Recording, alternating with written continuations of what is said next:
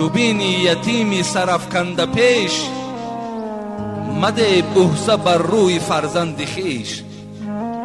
الا تا نگیرید که عرشی عظیم، بلرزد همه چون بگیرید یتیم.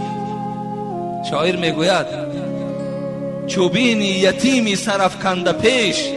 یک شخصی را میبینی که بیچاره پدر میخواست، مادر میخواست، لیکن با قضای اللهی اون مادر و پدر خدا گرفت. مده بوسه بر روی فرزند خویش. بچه تا در پیش او نوازش نکن، بچه تا در چهره و رخساره های او بوسه نده که دل او درمند می شود و هم یاد پدر و مادر میکند. الا تا نگیرید که عرش عظیم، بلرزد همه چون بگیرید یتیم. وقتی یتیم گریه میکند، عرش پروردگار لرزش میکند، عرش می جنبد، خداوند ناراحت می شود، حبیبش ناراحت می شود. وقتی یتیم ما مورد عذاب، مورد گویا مشقت قرار میدهیم.